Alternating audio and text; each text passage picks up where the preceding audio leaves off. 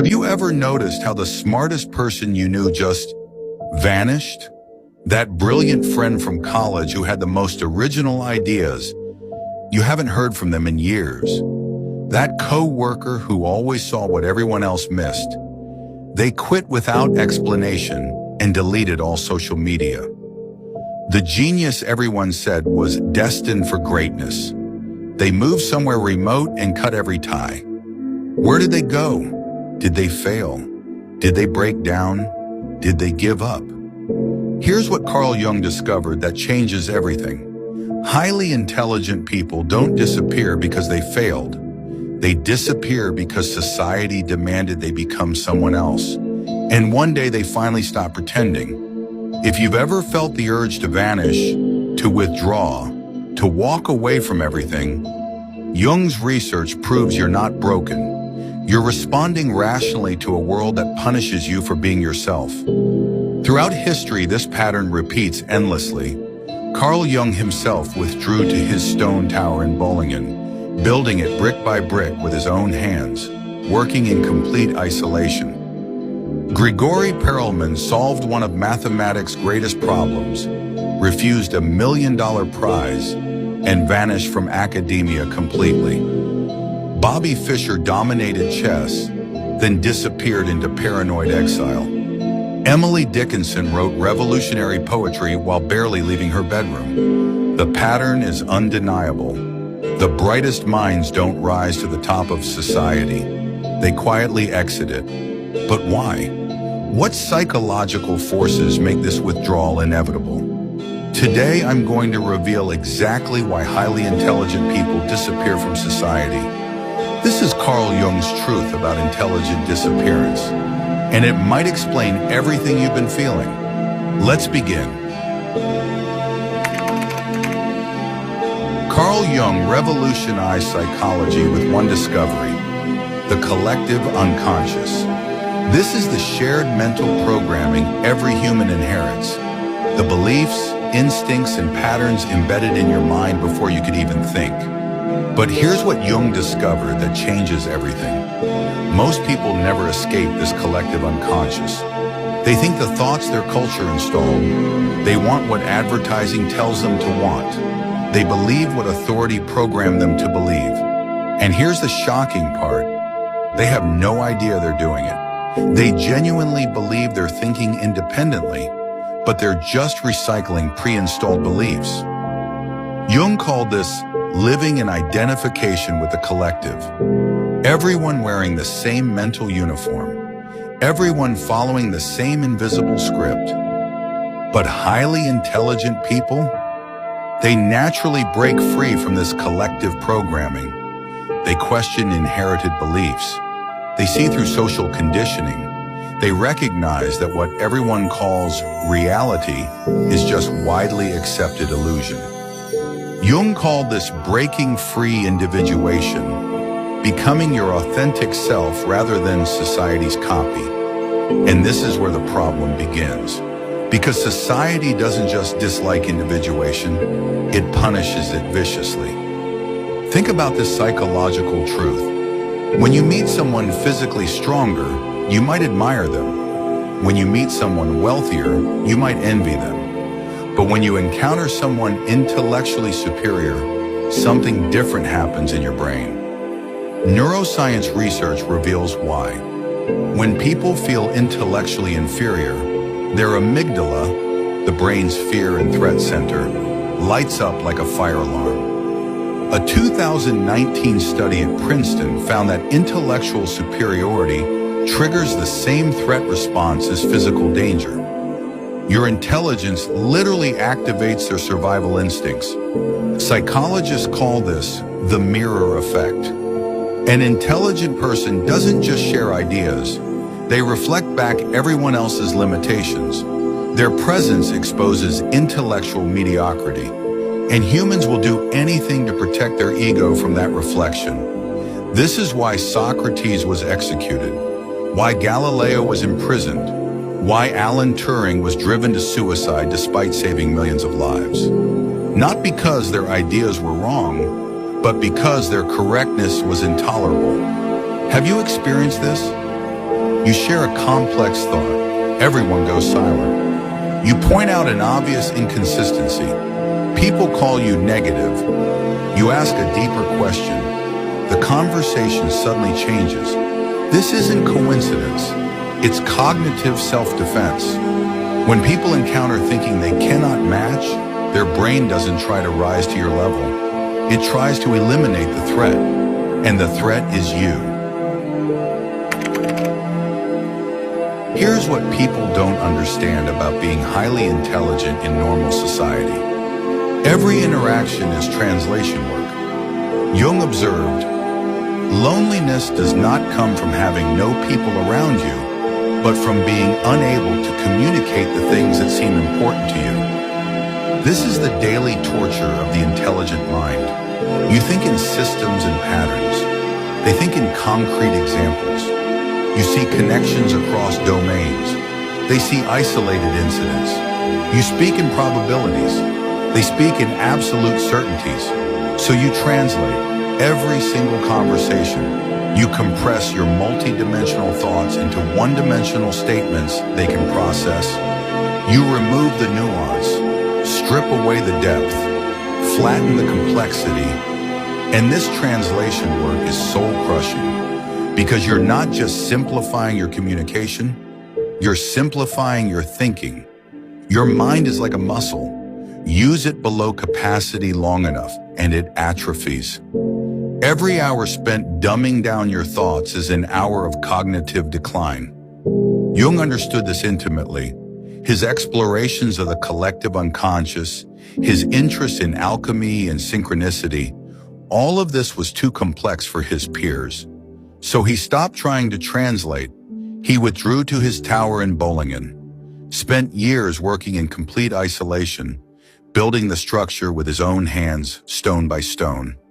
People called him crazy, said he was having a breakdown, but he was doing the opposite.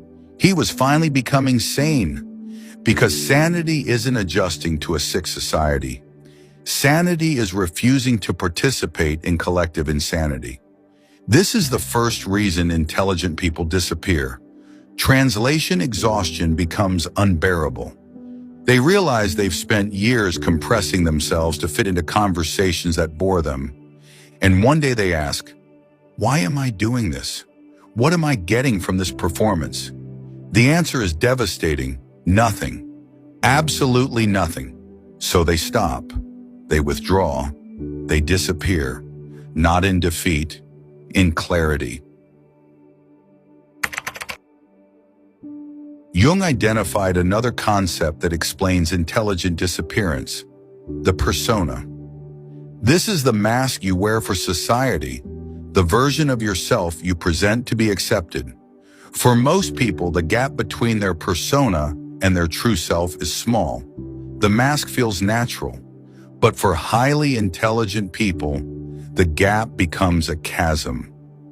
The persona society demands, simple, certain, agreeable, predictable, is so far from their authentic nature that wearing it becomes psychological torture.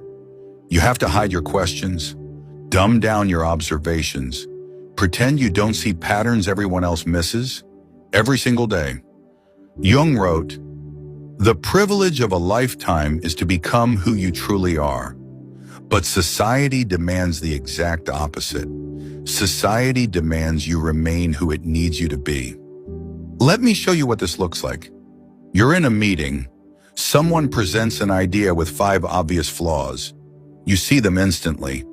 But you've learned not to speak, because the last time you pointed out problems, you were labeled negative. Not a team player, too critical. So you stay silent. You watch the doomed plan get approved. You know exactly how it will fail. And a part of you dies. This happens dozens of times per week, hundreds of times per year. Each time you choose the persona over authenticity, you choose acceptance over truth. Until one day you realize, I don't even remember who I actually am. I've worn this mask so long, I've forgotten the face beneath it. A 2021 study at Stanford University found that people with IQs above 130 spend an average of 6 to 8 hours per day performing normalcy. That's a full-time job, a second shift of pretending, and eventually they can't do it anymore. So they disappear to remember who they are, to stop performing and start being. This is what Jung did in Bollingen. Away from everyone who demanded he be someone simpler, he built his tower, stone by stone, a physical manifestation of psychological reconstruction. He wasn't escaping. He was building the only environment where he could be himself. Jung introduced another revolutionary concept, the shadow. This is the part of ourselves we refuse to acknowledge, the traits we deny, the truths we won't face. And here's what Jung discovered. Highly intelligent people trigger everyone else's shadow automatically. When you enter a room, something unconscious happens in everyone else's mind. Their intellectual limitations become visible. Their lazy thinking becomes obvious. This triggers what psychologists call shadow projection. Instead of acknowledging their own limitations, people project their discomfort onto you. You're arrogant. You're pretentious. You think you're better than everyone. But here's the truth. You didn't do anything. Your mere existence triggered their shadow.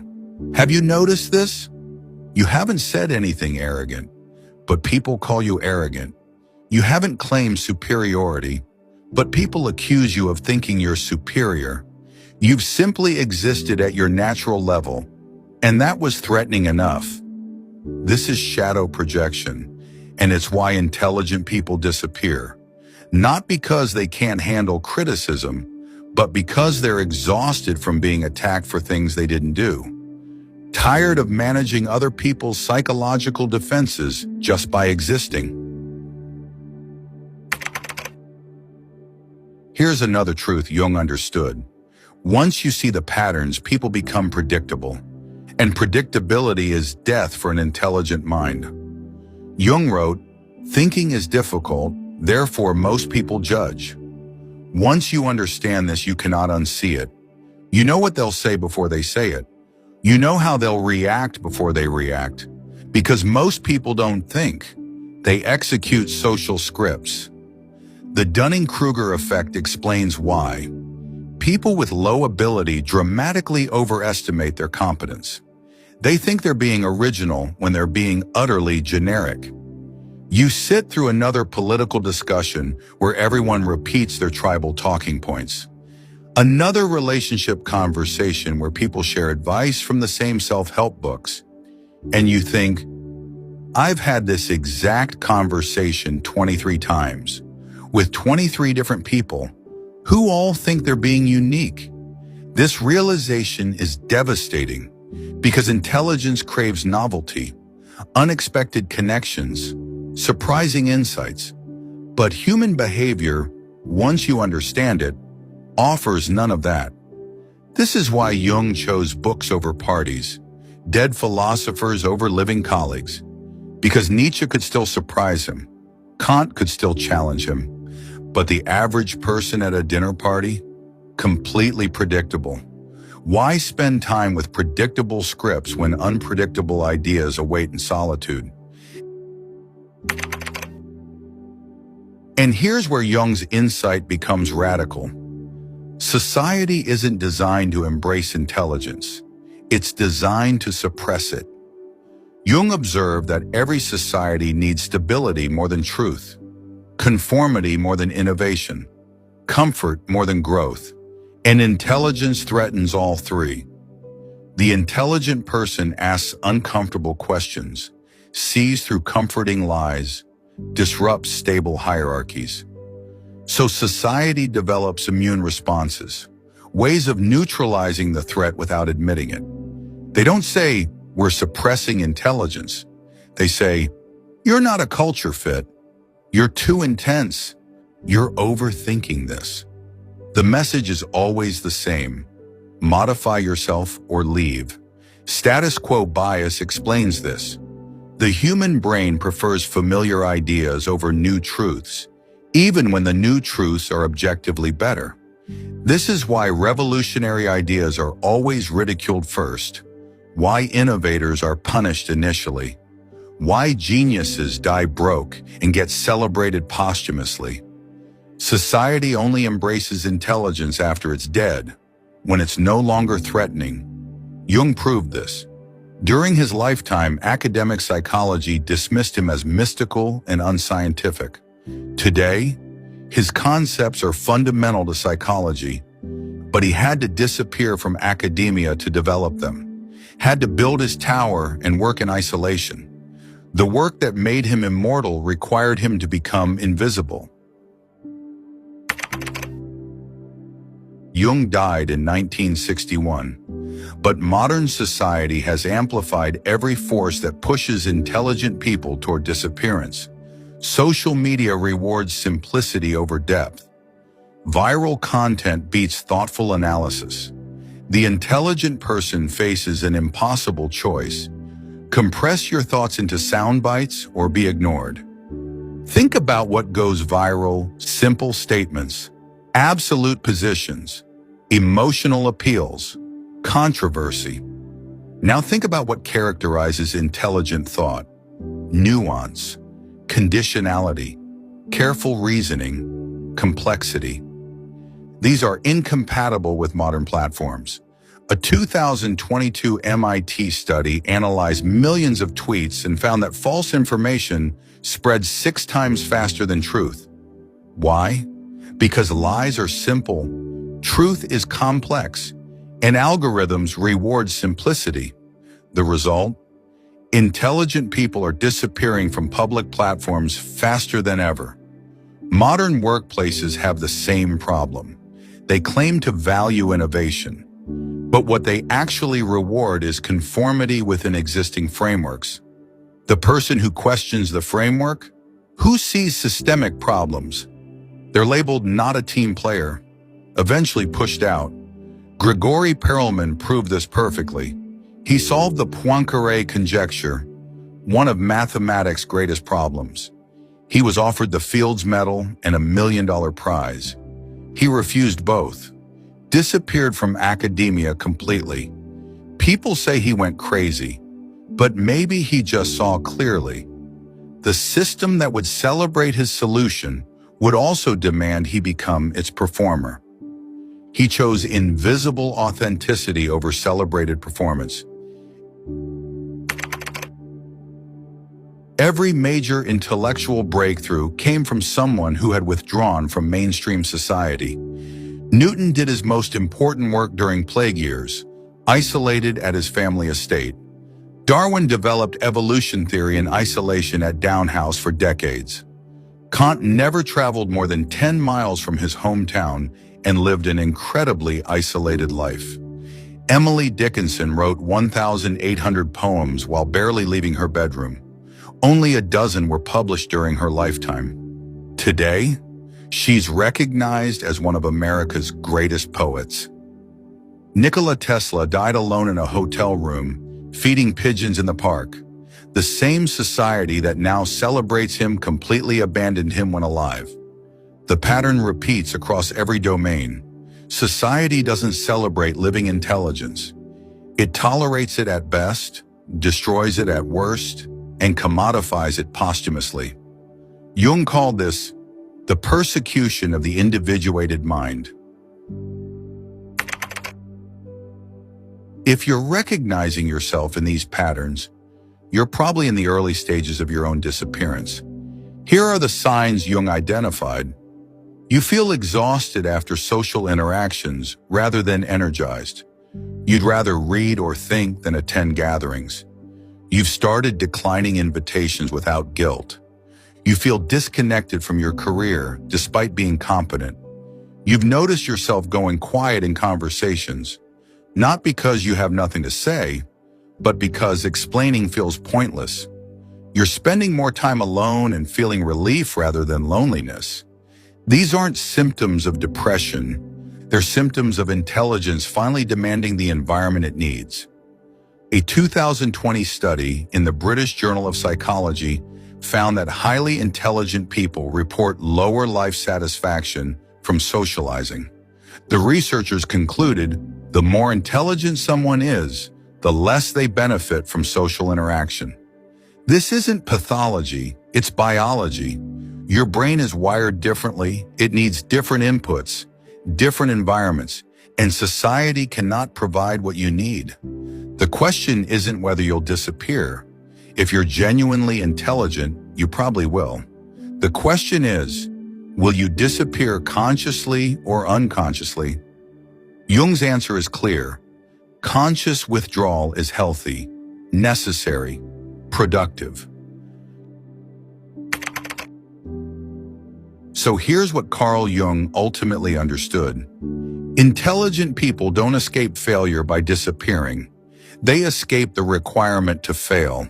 Society demands they compress their thinking, hide their depth, perform simplicity. Following these demands guarantees failure. Failure to become themselves. Failure to do meaningful work. So they disappear, not in weakness, but in strength. They choose invisible authenticity over visible performance. And in that disappearance, they finally begin the work they were meant to do. Jung proved this with his own life. After his break with Freud, he withdrew, built his tower, stone by stone. And in that withdrawn space, he developed the ideas that revolutionized psychology. None of this would have been possible within acceptable boundaries. His disappearance wasn't the end of his contribution. It was the beginning of his real work. Think about what you're actually giving up when you disappear. Shallow conversations that bore you, workplace politics that drain you, social performances that exhaust you, the approval of people who don't understand you anyway. Now think about what you gain. Time for deep work, space for authentic thinking, freedom from constant translation, the possibility of becoming who you actually are. The trade is obvious. So if you're feeling the pull toward withdrawal, Jung would tell you, trust it. That's not weakness calling. That's your authentic self demanding the space it needs. Society will call it concerning. Your family will worry. Your colleagues will think you're giving up. But you'll know the truth. You're not disappearing from life. You're disappearing into it, into your real life, your authentic work, your actual self. The world doesn't need another person playing small to make others comfortable. It needs you at full capacity, full depth, full intelligence. And that requires withdrawal from everything designed to keep you compressed. So build your tower. Find your quiet space where society's demands cannot reach you. Cut ties with relationships that drain more than they nourish. Leave careers that reward conformity over contribution. Stop explaining yourself to people who will never understand. And in that disappearance, finally begin. Carl Jung disappeared from mainstream psychology, and his ideas now define it. Emily Dickinson disappeared from society, and her poems are immortal. They didn't disappear because they failed to thrive in society. They disappeared because thriving in society would have meant failing at everything that actually mattered. This is Jung's ultimate truth. Visibility in a sick society is not success. It's complicity. Disappearance from collective insanity is not failure. It's sanity. The work you do in that withdrawn space, invisible to those who cannot see, that's the work that actually changes the world. So disappear, build your tower, do your work, because the intelligent don't disappear to hide from society. They disappear to finally become visible to themselves.